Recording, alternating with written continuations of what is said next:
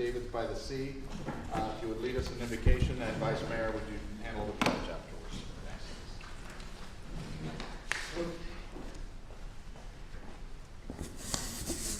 Almighty God, our Heavenly Father, send down upon those who hold office in Cocoa Beach the spirit of wisdom, charity, and justice, that with steadfast purpose they may faithfully serve in their offices to promote the well-being of all people, through Jesus Christ our Lord.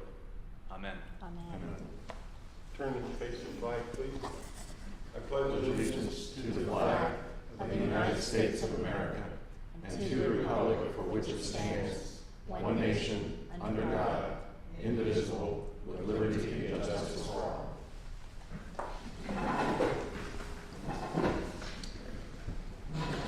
All right, City Clerk, roll call, please. Commissioner Tomke, Here. Commissioner Miller, Here. Commissioner Wallace, Here. Vice Mayor Williams, Here. Mayor Mallon. Here. And I need a motion for the agenda, please. Move to approve the agenda as written. Second. We have a motion and a second. All in favor? Aye. Aye. Motion carries 5-0. Public comments on items not on the agenda. Ms. Scott. Good evening. See, a few of us at least have weathered the wet water and storm. I wanted to come here especially to thank all the city employees, city manager, everybody, city clerk, commission, mayor, who worked over the weekend when they would rather be home taking care of their own property to see what's up next. I live north of 520, and it was really good that we didn't have any issues with the sewer system that is being fixed soon. And anyway, thank you to all of you. I also had to reschedule the Citizens Political Forum at the Cocoa Beach Library due to the rainy day. And it's going to be Saturday at 11 o'clock at the Cocoa Beach Library. Hope you all will come. It'll be really interesting. And I had an opportunity to investigate social media for Cocoa Beach. It's really amazing. I mean, they always talk about, oh, the population is only 11,000 now. But one website has over 45,000 people on it. Why are they all so interested in Cocoa Beach? I mean, oh, they want to watch the surf or something. So I hope they all don't come, because the capacity of the library is not that great. But anyway, hope a few of you interested voters in Cocoa Beach will attend. Thank you. Thank you. Any other public comments? All right, moving right to staff reports. None this evening, Mayor, so I think we'll bring to you in the future meetings some discussion in reference to pesticides and the fact that we have a current ordinance that expires on September 30th. We'd like for you to consider that. Had a citizen write to us in reference to that, so we'll bring that to you in a future meeting. And we'll also bring to you a breakdown of the City Hall and the future thought process of how that will be funded and what you've committed in past years for funding to put aside for that. So that'll be future meetings. Okay, thank you. Go ahead. City manager, there was an anticipation, and we had, baked it into our city business for Crowder Golf to do, yard clipping pickups through with the potential reimbursement from FEMA. And I understand, unless something's changed in the last 3 hours, that we're still waiting on the Brevard County to declare that we're in the right category to be able to be reimbursed. And then the second part of the question is, I have people like on my street that called in their piles, and Waste Management's been picking up their piles. So should people wait for Crowder Golf and the county to make their declaration, or should they just call Waste Management? Well, we prefer they wait because we do have a contract with Crowder Golf, and we have a contract with Tetra Tech, who will actually monitor the collection of that debris. We are awaiting the county to declare Category A. which will state that there'll be a reimbursement through FEMA. That's about $2.44 million the county has to account for that reflects a debris pickup total. They were fairly confident yesterday that we would meet that either yesterday, but by tomorrow that they'll have the final numbers. 14 different cities having to send in their estimates. And we've got several unincorporated in cities that are still trying to gather those estimates. And the one example I will give you is in Brevard County unincorporated area toward the Scottsmore, Mims area. They were expecting the rivers to crest today and tomorrow. So debris totals really are still undefined, and they're trying to include some of those areas in which there could be more debris than what's currently there. Now, all that being said, if we do not meet it with the county, then the city will contract with Crowder Gulf, because we can go with them independently, and we just may not have Tetra Tech actually have to do the monitoring, because we wouldn't be reimbursed for it. So we have a plan to move forward as soon as we hear back from the county, hopefully tomorrow. Okay. So But I would not suggest calling Waste Management. I was very shocked when you called and said they picked up, because that was not what they typically do. They usually will pick up anything in the bin. So even debris that's in a bin, a yard bin, they'll pick that up, because that's their normal process. But clam truck typically would not run during this time. So I'm assuming that they will assume those risks, because we were not, did not have a contract with them, nor did we engage for them to pick that up. Okay, so the crux of it is, the longer, I mean, everybody didn't put it, you know, in their yard versus kind of halfway in their yard, halfway in the curb. You got the street sweepers coming, and the debris is degrading, and it's potentially gonna end up in the lagoon. Right. So, We'll delay the street sweeper as we need to. I think we'll know tomorrow. They have, their plans are to start in the north end of town and the south end at the same time, meet in the middle, so right, to I speak. understand what the plan Should be is, very but we quick. haven't enacted that yet. We have not, yes. But we will delay the street sweeper. There's no sense in us. And if we, as a commission, or you as the city manager, just told them, go ahead and start picking up without the Tetra people doing the monitoring, then we get zero reimbursement from FEMA. That is correct. So it all comes out of reserves. That is correct. So the balance is, you know, how do we protect our lagoon, and so you're saying give it one more day? They felt very confident they would come back with an answer tomorrow, so I think that's we're at that point anyway before we could actually execute the contract as of tonight. So I think them reaching out to the county tomorrow to see what their answer might be was the prudent thing to do. Okay, thank you for your response. Yeah, just to elaborate on that, I mean, the instructions were pretty clear. We even give them a picture Mhm. to not put it in the right of way. But yet, I don't know how much clearer that picture can be, but you know, it is what it is. Just put it on the edge of your yard, and we'll get to it. Thanks. Thank you. But as of this moment, we don't know when the pickup will be, because we don't know when we're getting approval. Is that the case? That is the case. They were originally, we had them out here on Saturday, Sunday, both days, just looking at the area and giving us an estimate. They were ready to roll on Wednesday. So I feel pretty confident that if we let them know Friday that we're ready to roll, that could be an easily, Monday, Tuesday. Again, we have to get in their queue, but I think they can comply very quickly.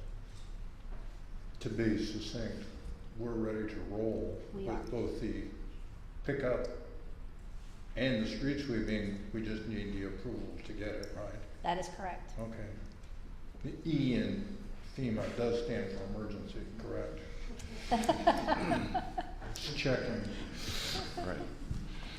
And to be clear, this is gonna cost somewhere around a little over 300,000 approximately. 257,000 between Crowder Gulf and Tetra Tech to Right. actually do the monitoring. If we end up paying it on our own for some reason, I think the Crowder Gulf is somewhere around 126,000 some odd dollars. So we wouldn't have to pay Tetra Tech at Right. that point in time, so we could have a savings. We would, I reached out to Waste Management on, I apologize, I think it was Monday before the storm, just to kind of get an idea if we had to pay them separately and if we didn't reach the numbers, because at that time we just didn't know. So they can give me an estimate, but I suspect the 126 is probably pretty comparable Yeah. to what they would probably most likely give us as a contract price. But I think in the future we will contract with the county. They have their own solid waste as a backup to our Crowder Gulf, because they can also monitor, and that might be a good solution if we don't hit those numbers again. Again, we are very fortunate here in Cocoa Beach, very fortunate in Brevard County as a whole. So several of the categories have not been met yet. The only category that has been met is Category B, which is the initial governor's declaration. But the other categories have not been met yet. So again, the counties around us, they are totally 100% in all those categories, but we are not at this time. Okay, thank you. City attorney reports? Becky sends her regards, but I have nothing to report. City commission, Commissioner Tumulty. Yeah, thank you. As it was mentioned already many times, and over the last week, we were very fortunate. This time we got probably, from my estimation, I was expecting, 15 to 20 inches of rain, and we got 6 to 8 inches, I think. So it's huge, and we're already at capacity. So the water level in my street, the water level in the pond behind my house, and the river were all the same. Nothing was moving for a couple days after the storm, but it's finally receding a little bit. There's no water in my street anymore, but that has nothing to do with the drainage. It was just the water level, so there's nothing we can do about it. So again, we're very fortunate.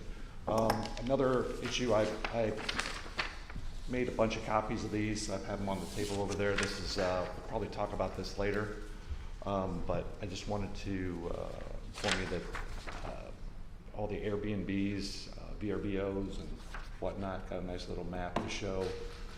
It only shows 1,100. I believe there are probably quite a few more than that, but the graphic just speaks for itself of what potentially could be happening here.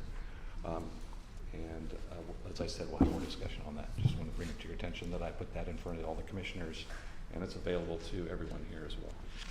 Just clarify, Commissioner Tumulty, that the purple represents Airbnbs. That's correct. So, And in case you're colorblind, it's VFR. pretty much saturating the whole That's thing. why I made it. Yeah, that's why I printed it in color. And also, you can go to airdna.co, not com. It's .co, and you can pull this up yourself and see. So, Thank you. Commissioner Willis? I just wanted to say big thanks to the city manager and the staff for taking care of us during the hurricane. Police, fire, everybody was there. They were up in the EOC for 2 days, and the mayor too. So thank you for doing such a great job taking care of us. I know there's a few emergencies.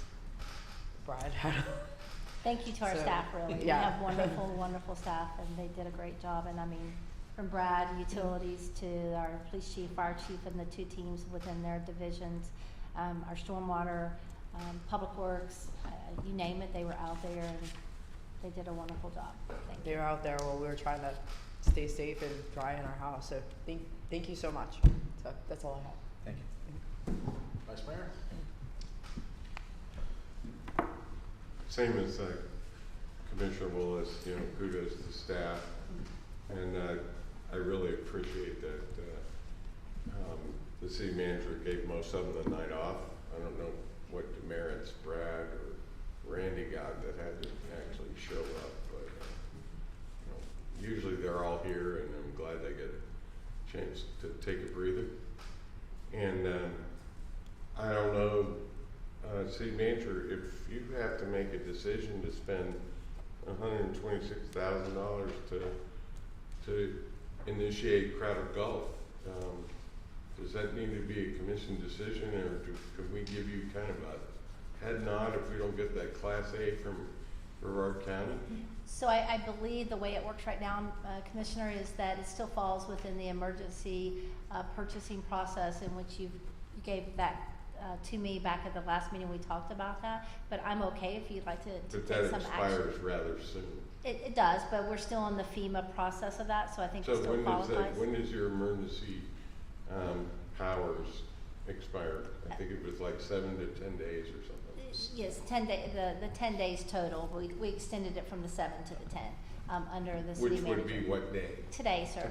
Today. Yes, sir. So, therefore, tomorrow, you couldn't, make an expenditure of $126,000 without it coming back to the commission. Yes, sir. So, as a point of order, I agree. That's fine. I think that we could by consensus tonight give you that authority to do that, without it being an agenda item and all that. Sure. So does everybody want another head up and down? Okay, do you got that, Lori? Did you nod your head up and down? I think we still I just don't wanna, delay it and just have more and more stuff going in the lagoon. That's all I got. Commissioner Miller? I too would like to acknowledge the dedication of our staff. An example of that would be that Wayne and Cindy Caragino are sharing their wedding anniversary with us here tonight. Yes, they are. Thank you. Congratulations. Boy, you take her to the places.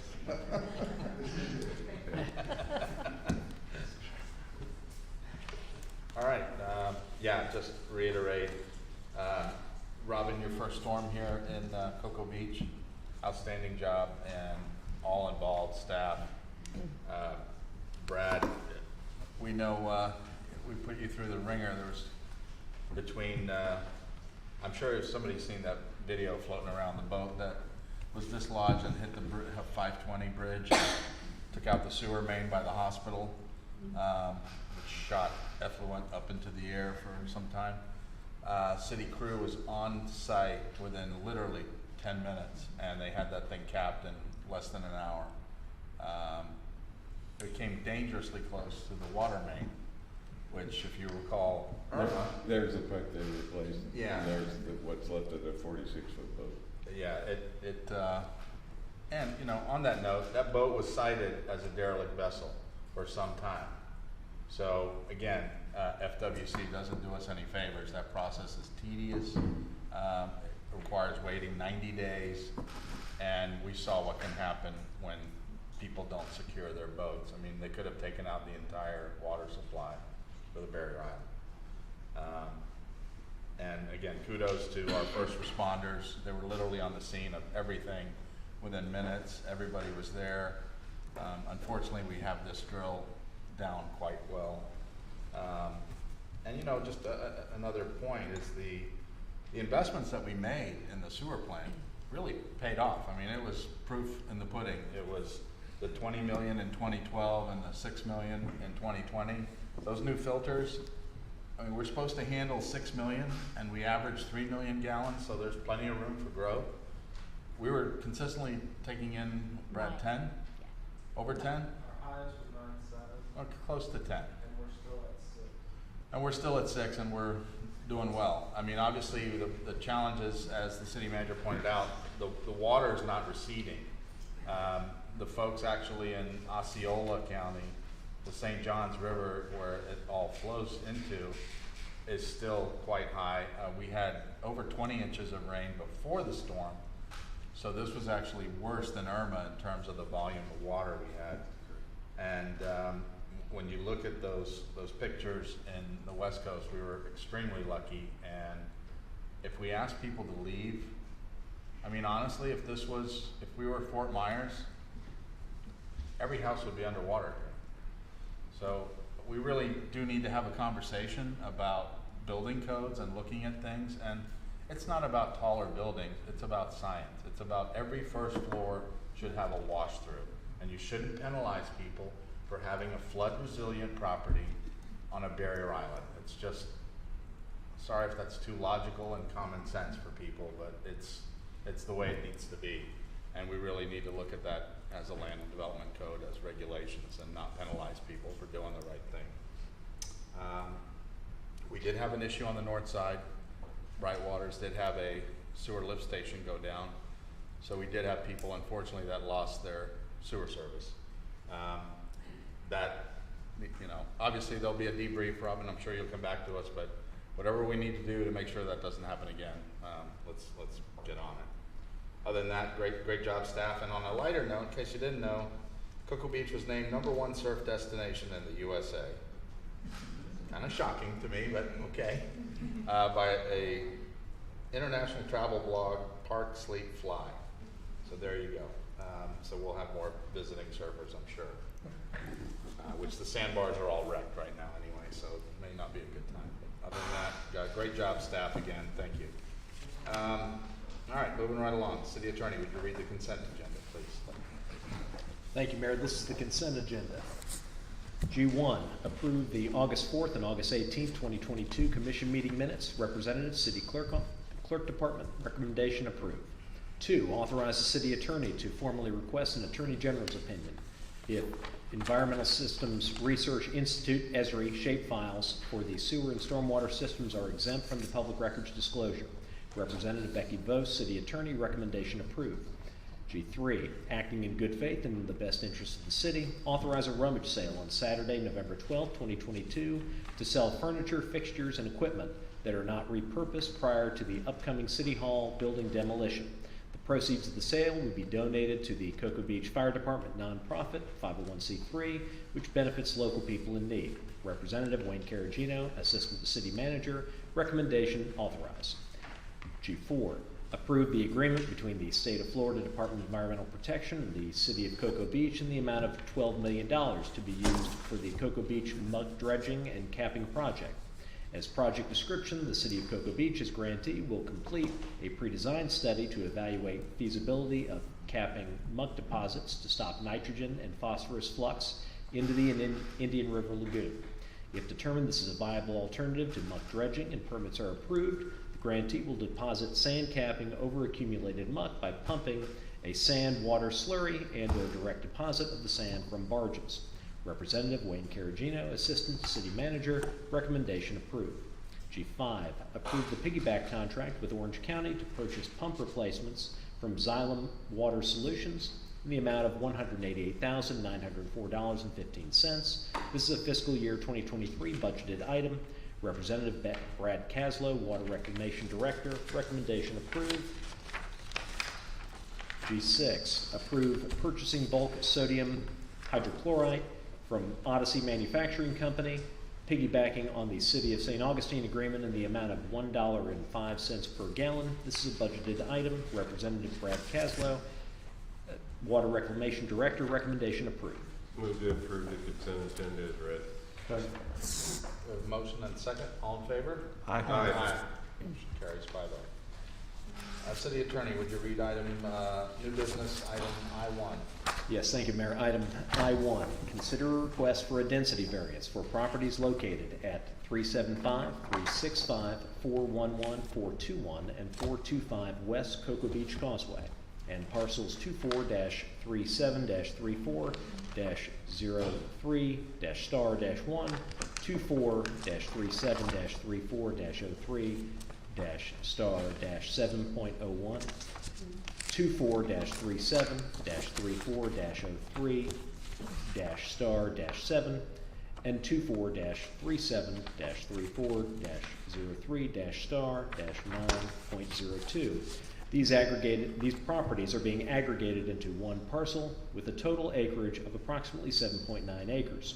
The variance request is to allow for a multifamily residential development to be constructed with a maximum residential density of 220 units, 28 units per acre, rather than the allowed by right maximum density of 79 units, 10 units per acre. This variance is being considered pursuant to recent text amendments to the Comprehensive Plan and Land Development Code. An affirmative vote of 4 commissioners is required to grant the variance. This is a quasi-judicial action. Applicant Cole Oliver, agent EKS Sooner One LLC, City Representative Randy Stevenson, Development Services Director, recommendation consider. And commissioners, before you entertain actually, let's do this. You can have a motion and a second to consider, and then I'm going to read the quasi-judicial speech I've done in a number of other meetings. I make a motion to consider the request for a density variance. Second. We got a motion and a second. All in favor? Aye. Aye. Go ahead, sir. Thank you, Mayor. First off, any individual, including the applicant, staff, witnesses, or members of the public who plan to speak or offer testimony during the public hearing, please rise now and be sworn in by the clerk. Evening, please raise your right hand. Do you swear or affirm to tell the truth, the whole truth, and nothing but the truth in this hearing? Yes. This item tonight is a quasi-judicial hearing, which requires our public hearing to comply with procedural requirements established in Florida law.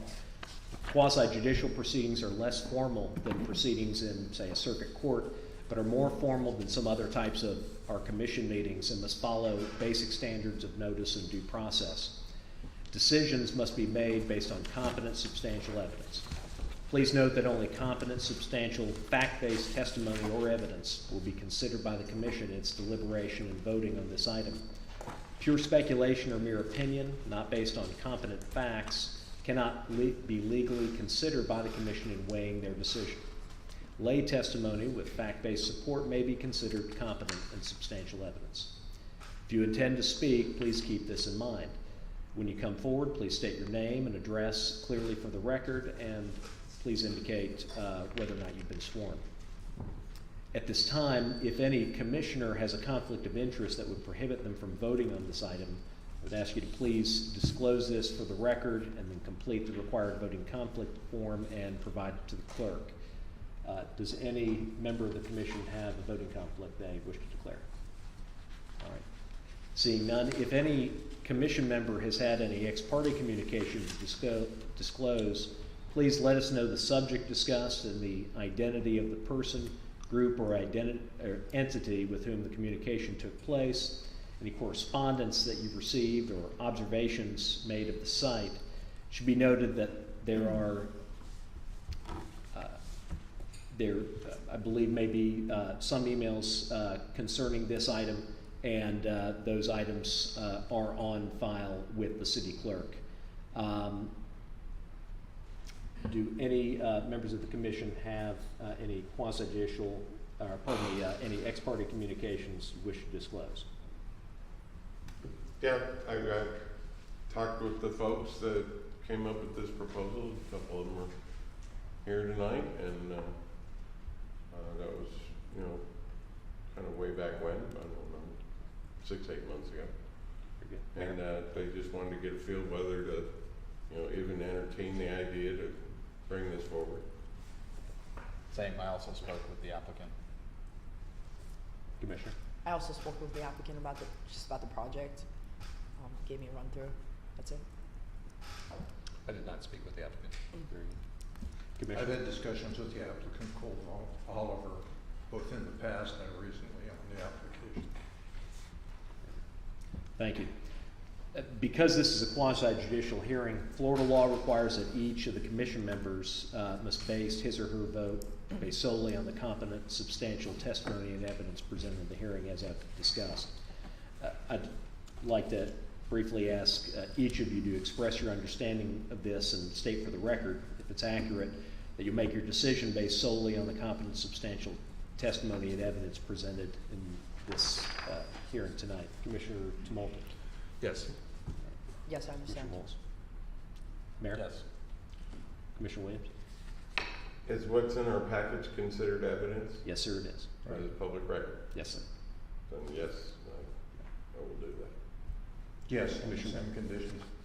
All right. Very good. I'm done with my speech. Thank you, Mayor, and I believe staff is ready for their presentation. Thank you, Mr. Bose. Commissioners, yes, my name is Randy Stevenson. I'm the Director of Development Services. I have been sworn in. I want to give you a brief synopsis of where we're at and make 2 slight corrections tonight as we go forward. And then after that, I think the applicant's going to want to make a brief presentation to kind of bring you up to speed on where we're at. What you see before you is, in fact, a variance request based upon some recent changes to the comprehensive plan as well as the land development code that would allow up to 28 units per acre for permanent residential. You'll see in the write-up there, and which I did, unfortunately, it says maximum of 220 units. The math actually should say 221 units. I think the multiplication leads you to like 221 and a half. We always round down, so it's 221 units instead of 220. And this is about 7.9 acres. It's currently vacant, except for a small restaurant. I've eaten this there many times. But that's the property that we're looking at. It's on the north side of 520, just as you come into the city coming from Merritt Island. As Wade has told you, this requires a 4-1 affirmative vote of 4 commissioners. And I do want to stress that as you remember, we're talking through this process when we were talking about modifying the comprehensive plan and the land development code, that this allowance is only on a very small portion of the city. I think it's a little less than 170 acres total. Those properties on Town Center and those properties on Gateway. The unique thing you need to remember is although we're requesting a variance for permanent residential, like apartments or something of that nature, up to 28 units per acre, as the property stands today, someone could build 28 transit lodging units on that property by right. Okay, so that's what's being requested today, and I will, without boring you too much, I will say that we've gone into not only the Gateway Master Plan, but we've also gone into some of the founding conditions for our redevelopment districts. This project enhances and meets those requirements for furtherance of those two documents. And the permanent residence is something we have decided, I think, as a city that is necessary or needed rather than transient lodging. We've always talked about incentivizing transient lodging over our permanent residential. The bad thing about transient lodging, not that it's bad, but if you are in transient lodging, whether it's a hotel or short-term rental or something else, what mostly transient lodging, as we determined, is hotels and motels, you can't be gainfully employed in the area and you can't have kids in school district. So this would address some needs within the city that we have identified. As part of this request, we've got what we've affectionately called a mini DA. Just so you'll know, if this were approved, this variance were approved, the applicants would have to come back not only to you, but also to the planning board with a master plan and a full-blown development agreement to rezone the property to PD, very similar to what we did with Weston, if you'll recall. So that's going to be the subject of a lot of negotiations between staff and the attorneys and other things before this comes back to see you, if this variance is granted. I do want to make one small change to the DA as well. If you look on the first page of that, I think it's the third whereas, and this is kind of I don't know if it's a Scrivener's error, Mr. Bose, or not, but I will put it forth. It says in the last part of that, further developer covenants that the average square footage of residential units subject to the density variance within the project will be no more than 1,500 square feet. And I think that language is probably right because I missed that the first time. I thought we had maxed out the units at 1,500 square feet, but if you recall, the language in Ordinance 1663 says the average shall not be more than 1,500 square feet. That's correct. Right, that's what I thought. I wanted to make sure we're just going to mirror that language in the DA right out of the ordinance. And I wanted you to be aware of that change because if you vote on this tonight, please understand you're also voting on this DA as well. I think that Lori, you can correct me, but it says further developer covenants that the average square footage of residential units subject to the density variance within the project will be no more than 1,500 square feet.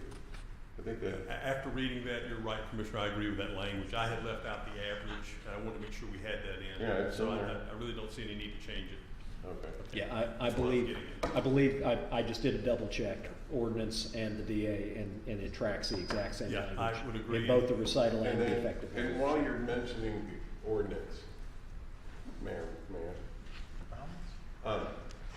that this potential property for the variance against the ordinance that we've put in place, any future request for this type of variance will also require this development agreement per the ordinance per the exact same language. Absolutely, sir. Okay. And I furthermore, just don't want to point that out, that, you know, somebody else could come up and say, well, I don't want to go with that. right. You know, and I want the 28, and if I want to let it go transient later, I can. Well, It's furthermore- written into the ordinance that says if you want to make this density change, you have to have, go with the land restriction that it always has to be non-short-term rentals and non-transient. Okay. And the DA does say that as well. That was with the two stipulations. The 1,500 square foot average and the fact that none of them can be converted, and it runs with the land, can be converted to transient lodging. Correct. Yes, Just pointing that out. yes, absolutely. And that's it in a nutshell, Commissioner. I'd be happy to answer any questions. I've gone through and I've looked at, like I said, at the Gateway Master Plan. I've gone through and looked at the basis upon which we decided to go forward with the redevelopment districts, and this is in furtherance of those goals and policies. So we're actually taking some of those old studies off the shelf and actually using them to develop property. Be happy to answer any questions you might have, and I think the applicant would like to do a short presentation as well. Okay, thank you.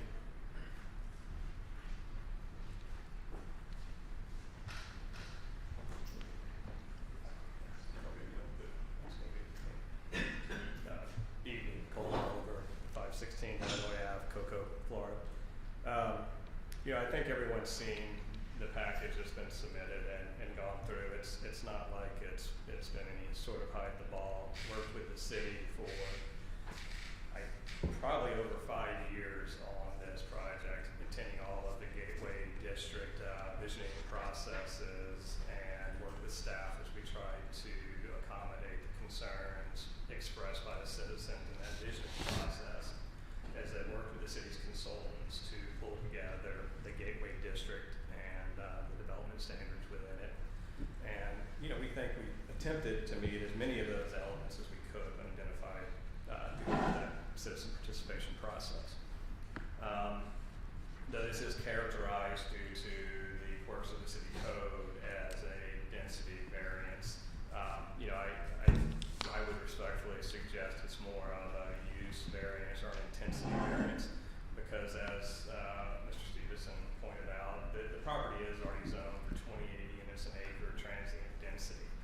And, you know, all we're trying to do is utilize that as multifamily, which brings more residents into the cities, which, as Mr. Stevenson also pointed out, allows those people to be productive citizens within the city. They're allowed to be employed here, they're allowed to have their children attend school here, they're part of the community, your churches, your restaurants, and all of that, which you don't get that with the transient population and the explosion of Airbnb rental that, you know, I've also attended those meetings within the city and heard the citizens' concerns on that. So in working with this, this change and this variance, we worked with the city to come up with the idea of perpetually limiting the property from being utilized in the vacation rental use designation or category, which is, as far as, you know, speaking with the city attorney, is one of the few ways the city has to legally restrict the use of a property as an Airbnb rental. Or no offense to the other ones out there, but, you know, vacation rental, if you will. You know, as part of this variance, you know, we respectfully, I'm not going to belabor it and repeat all of the facts that we laid out within the applications as part of the record, but just wanted to point out a couple of things. One, we are putting a perpetual restriction against the property's use as a vacation rental. We are intending to meet the restriction as to the average size of the units within the facilities.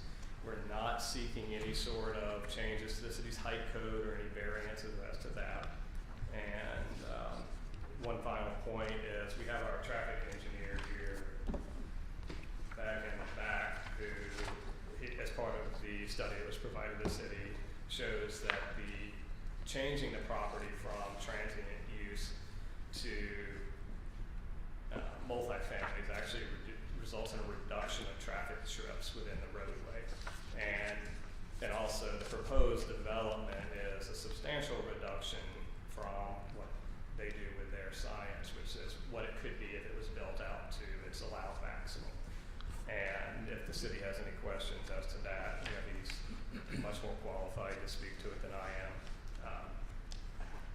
but with that, we're here to answer any questions. I would like to take the opportunity to introduce our partners in it, the Framework Group and Mr. Nick Herring, and he'll give you his rundown. Thank you. And I'll especially reserve some time at the end to provide anything that you. Hello, everyone. Switch my presentation here.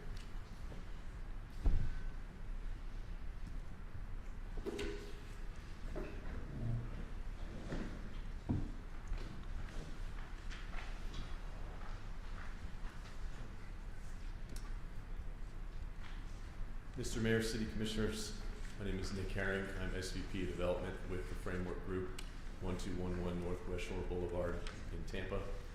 As Cole mentioned, we are the multifamily developers involved in this proposal.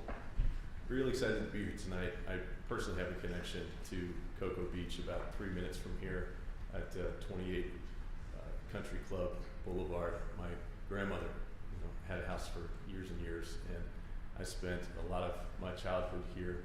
Every important birthday, Thanksgiving, Christmas, summertime, just enjoying Cocoa Beach. So I feel really privileged and excited to be doing business here as an adult. And I might not live here, but I've got a real personal connection to this city. So very happy to be back. I'm going to briefly introduce the Framework Group and how we go about the multifamily development business to really just give you an idea of the sort of quality of development that you're getting in this proposal. We'll talk briefly about Framework, and I'll mention some representative developments, a glimpse of what we're preparing here at the Gateway property, and leave any time for Q&A. So this has got some stats on what we do. Multifamily development is our bread and butter. We're based in Tampa, but we do it all over the state. You can see on the map, we're really coast to coast. We've got a tremendous pipeline of apartments that we own, over 2,000 apartments, 1,600 or so under construction and future pipeline, including Drift here in Cocoa, about 2,500 units. Our representative developments really convey a sense of quality for starters. They're centered around what we like to call a big idea. We take the time to get to know the cities that we're in, what makes them special, and we coalesce around what becomes a brand and identity specific to that area.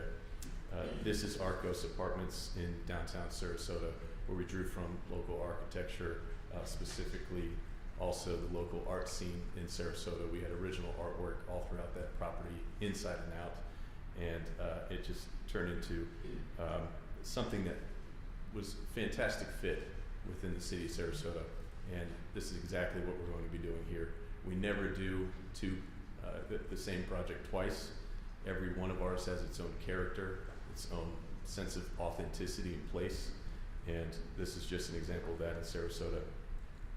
This slide is meant to demonstrate a little bit more about the exterior architecture, but also give you an idea of the quality of the interior of the apartments, the amenities as well, and again, just what makes every one of these different, unique, and special use of various styles of architecture, different materials and colors in different and exciting ways. And in Cocoa, we've got a development under construction. This is Cirrus Apartments, 280 units. On the left-hand side, that's a rendering of what we proposed to the city of Cocoa. And on the right-hand side, that's it going up in reality. That's an aerial that was just taken a few days ago. So when it's all said and done, this is going to look exactly like what we proposed. We make good on the promises that we make. And we're doing business already here in the Space Coast in Cocoa. So I wanted to make sure I mentioned that. Our proposed development, and we're calling it Drift, these are some early stage views of the architecture that we're going to be proposing. I'd call it modern Florida Deco. I think it's going to fit in very well with the existing architecture here in Cocoa Beach, but it's going to have sort of its own spin. These are just a few brand and lifestyle images. Our brand, we're calling it Life Untethered. Drift, is an example of that. You untether and you just sort of drift. It's that carefree lifestyle, low maintenance. But again, these are full-time residents who enjoy being here. They're your employees, your families, your stakeholders in a community. And we think this is just going to be spot on for what makes Cocoa Beach special. So we're excited to offer that here. And that's the big idea as it's coming together. There will be more, of course, as the plans and things are developed, but I wanted to give everybody a sense of, again, the quality and the authenticity that you're going to get in the developments that we propose. So I'm here to answer any questions. Thank you. Thank you. Any questions? I'd like to hear some public comment. We got some cards here. Scott?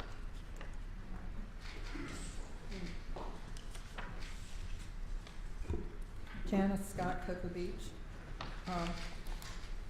My comment, this comment anyway, is directed to the city staff, to Mr. Stevenson, or whoever is responsible for writing up the agenda item.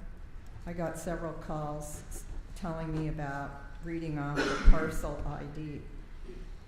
We're a small place. Couldn't they just put the address so people know where the item is instead of the legal parcel ID on these agenda items? The other thing is, we have 2 referendums on the ballot in November to reduce the 5.0 to 4.0 for height, density, and intensity. So how is this item on the record requiring 4 votes for this variance? Why isn't it a 5.0 vote? Thank you. Thank you. Mr. Parent?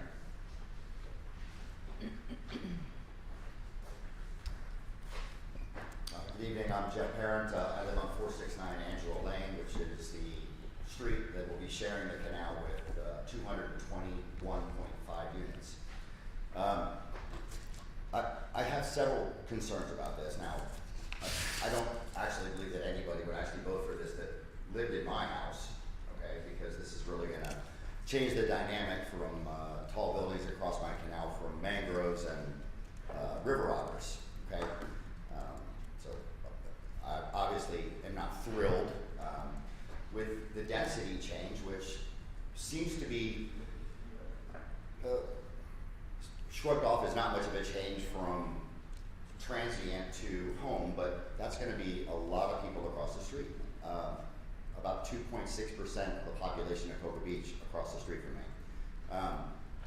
I'm concerned about the traffic that is already a problem in the whole Starbucks area there, waiting for that light or trying to get in. I'm concerned about the sharing of the canal, which would be changed forever. I would think there's going to be a lot of usage of the canal that wasn't there before. So, as far as privacy goes, that's done. But there are 16 homes on Angelo, which will have this view of this long line of apartments. A question for someone can answer at the end of this: the change from the verbiage of 1,400 square feet or 1,500 square feet average, no more than. I thought the intent was to make the units bigger. Wouldn't that be a no less than scenario, average on the square footage? I guess I'm addressing Mr. Williams on this, if I can ask a question. We're technically not supposed to have a back and forth, so Okay, understood, but you're welcome to email any of us, or you're welcome to call us. I mean, we're just not supposed to have a back and forth. okay, Mayor. But I did believe that the intent was to make them bigger, so there wasn't a bunch of smaller units there across from. But it seems like the verbiage is now no more than that square footage, which they could go less. But I mean, it is my wish that you all consider this, that this does not happen. This 280% increase. This is not a subtle change to the variance, the density variance. This is huge.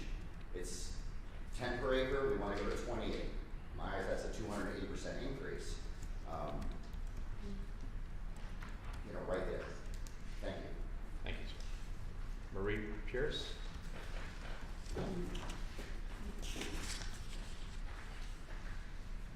Evening, Marie Pierce, 313 Angelo Lane, East Angelo, I call it.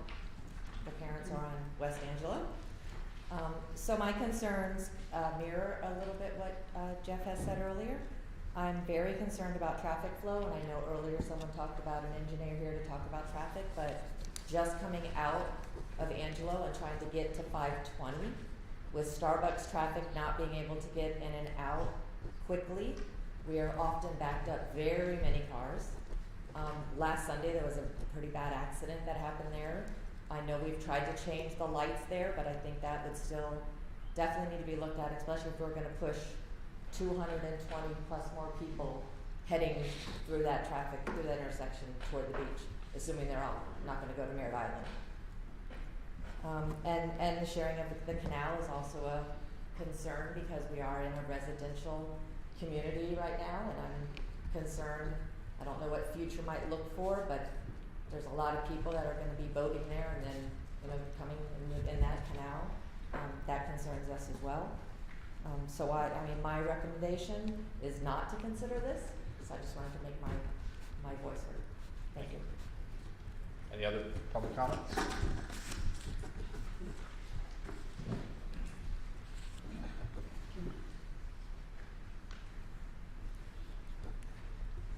Tom Hermanson, 400 Serendipity Lane, Merritt Island, Cocoa Beach business owner and property owner. It's been a long time coming. The city and the boards and all the residents that participated over the last 15 years through the visioning process, through the P&Z code reviews, Board of Adjustment reviews, commission reviews, the Gateway Master Planning, of which I believe the city manager has inherited 4. Last time I was in the office, they sit up on a shelf. Last time I was there, a stack about 2 feet high.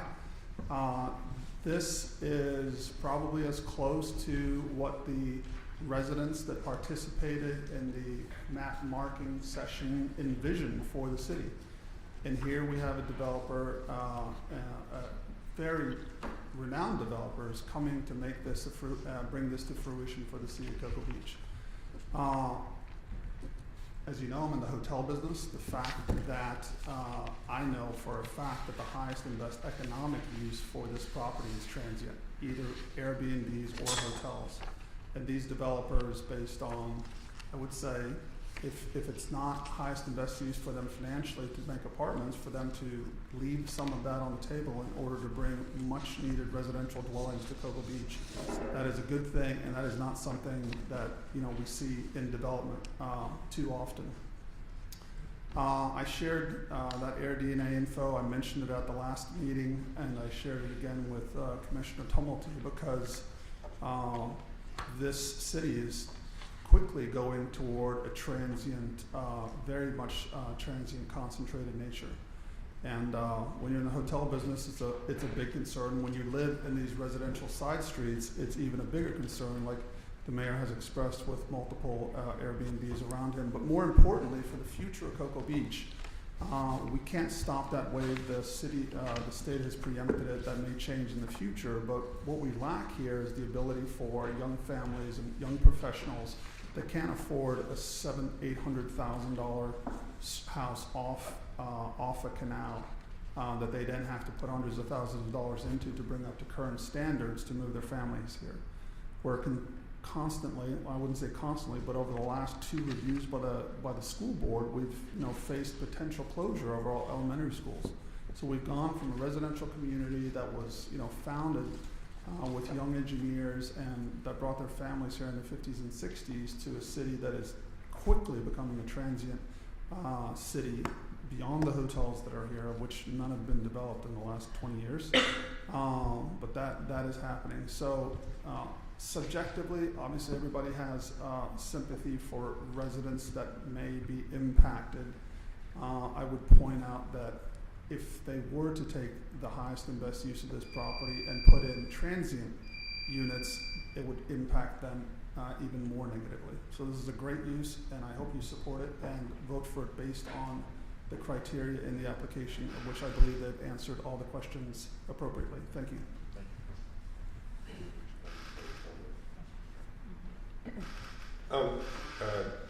Ms. Scott brought up the fact, how did we change from Is public comment over? Public comment? Are Is we public done with comment over? Post? Yeah. That's what, I asked the mayor. I didn't know if you made it time. Nobody else. If anybody else wanted to speak. So Janice, you said how did the vote change from a 4-1 versus a 5-0 for this density change? And as a matter of public record, Lori, we actually had a 5-0 vote for these districts to be able to be allowed to go to residential with the caveat that they can never go Yes. short-term rental. Correct.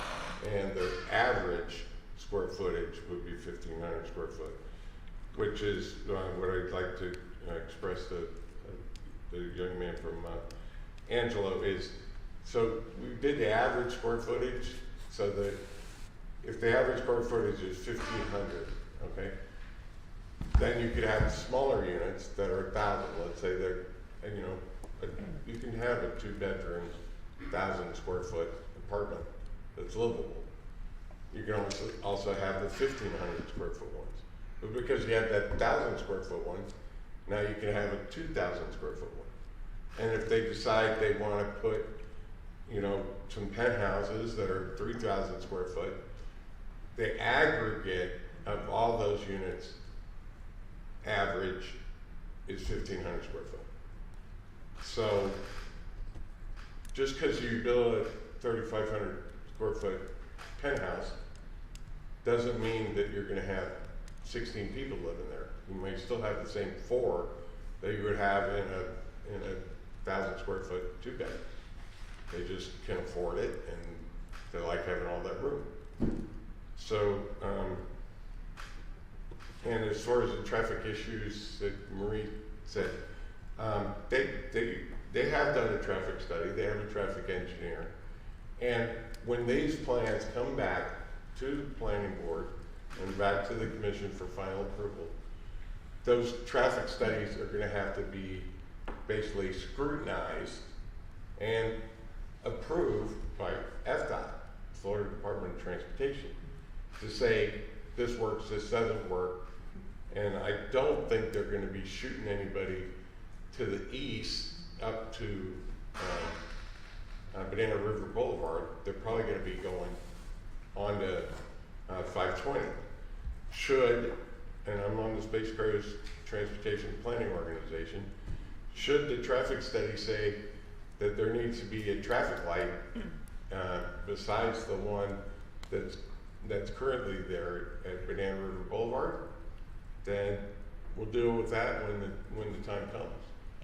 But I don't think that all that traffic's going to get funneled up, because you think you're backed up at Angelo? Can you imagine if they were coming up that little what do they call those few roads on the edge? If they were all trying to come up there to go to that light, they'd be backed up a half a mile. So the goal in this was to have more residential properties that wouldn't be allowed in the future to be turned into short-term rentals. And I think, everybody has kind of a get used to not having anything in your backyard mentality, but that is prime property. It could be a full-blown hotel with all the amenities and people coming and going on a daily basis. And I think you'll be happier with it being residents as your neighbors across the canal than them being, a hotel full of 221 rooms full of spring breakers. So that's my opinion, and I support the consideration, and I'd be willing to make a motion to approve. Is that a motion? Move to approve the density variance for the properties located at 375, 365, 411, 421, and 421, 5 West Cocoa Beach, Costco, and the additional parcels as listed. I'd second that. We have a motion and a second. Mayor? Yep. Just for purposes of clarification of the motion, could you all include in that motion that you find the applicant's application or written justification and staff report constitute competent and substantial evidence that satisfy the required legal standards, that you approve the requested density variance, and that you approve the associated development agreement? Did you catch all that, Lori? Approve density variance And approve the associated development agreement. I'll include that in my motion. And I re-second. All right, the motion and a second, any discussion? Yeah, a little discussion, just real quick. The question was brought up about maybe some conflict in the canal itself for the folks that are in Angelo.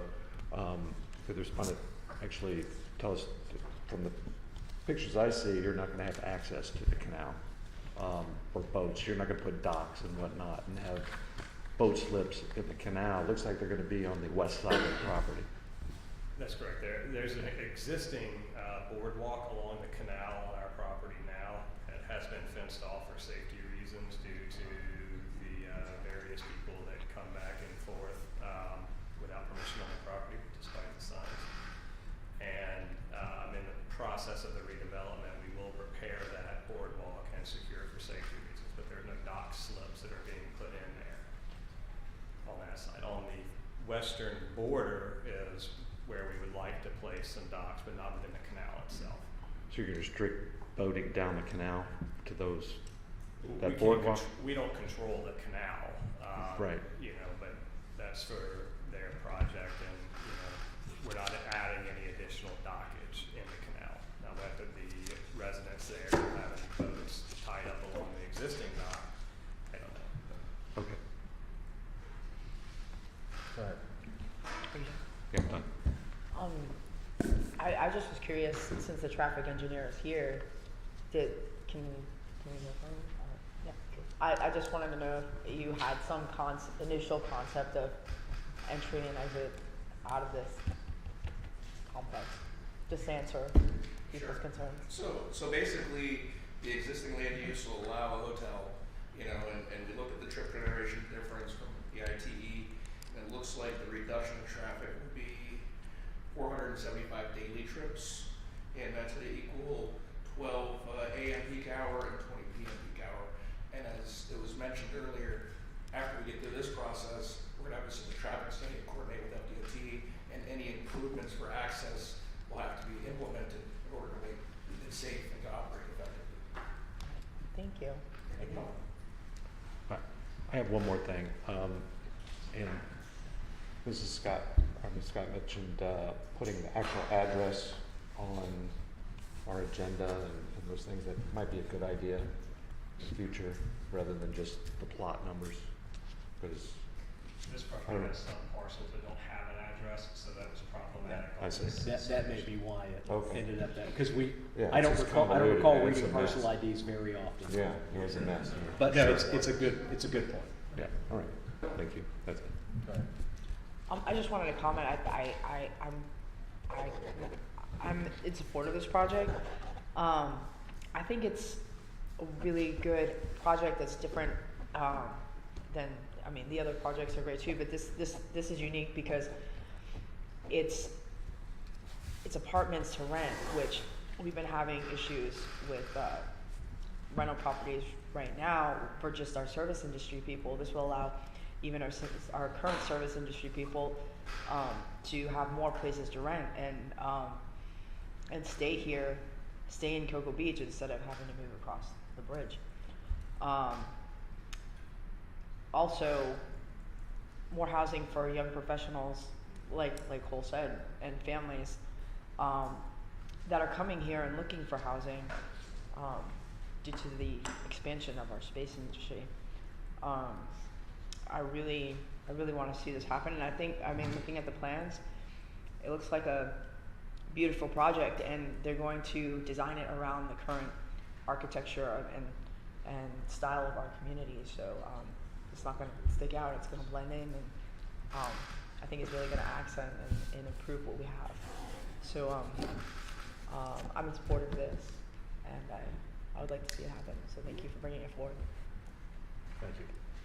Yeah, just to tag on to that, you know, when the number one tenet of real estate is location.